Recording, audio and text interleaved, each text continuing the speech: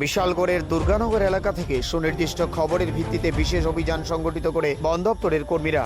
এই অভিযানের মধ্য দিয়ে অবৈধ চোরাই কাঠের সমিল উদ্ধার করা হয়েছে। যদিও এই পর্বে কাউকে গ্রেপ্তার করতে পারেনি বন দপ্তর, তবে এই অভিযানের মধ্য দিয়ে অবৈধ সমিল পরিচালনায় ব্যবহৃত জেনারেটর সহ বেশ কিছু কাঠ উদ্ধার করা হয়েছে বলে দপ্তর সূত্রে দাবি করা হয়েছে। তবে দপ্তর সূত্রে আরো দাবি করা হয়েছে তাদেরকে দেখা মাত্রে পালিয়ে যেতে সক্ষম হয়েছে সংশ্লিষ্ট জায়গায় থাকা বেশ কিছু ব্যক্তি। যথারীতি আগামী দিনেও দপ্তরের এরকমের অভিযান জারি থাকবে বলে আরো একবার দপ্তর সূত্রে স্পষ্টীকরণ দেওয়া হয়েছে।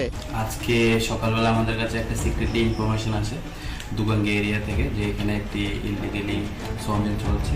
তার খবরের ভিত্তিতে আমরা ওই জায়গাতে সব বিশালগড়ের সব স্টাফ মিলে একত্রিত হয়ে এখানে রেড করি এবং সেখানে একটি ইললিগালি সমিল রানিং অবস্থায় আমরা পাই এবং যেটা জেনারেটরও পাই। কিছু সন টিম্বার অলরেডি চিরানো হয়ে গেছে।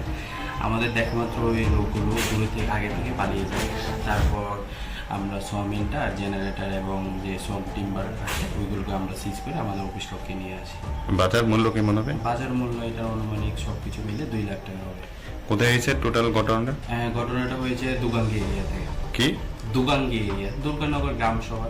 আচ্ছা, মানে দুর্গানগর এলাকায়। হ্যাঁ। Bureau report, Tripura news.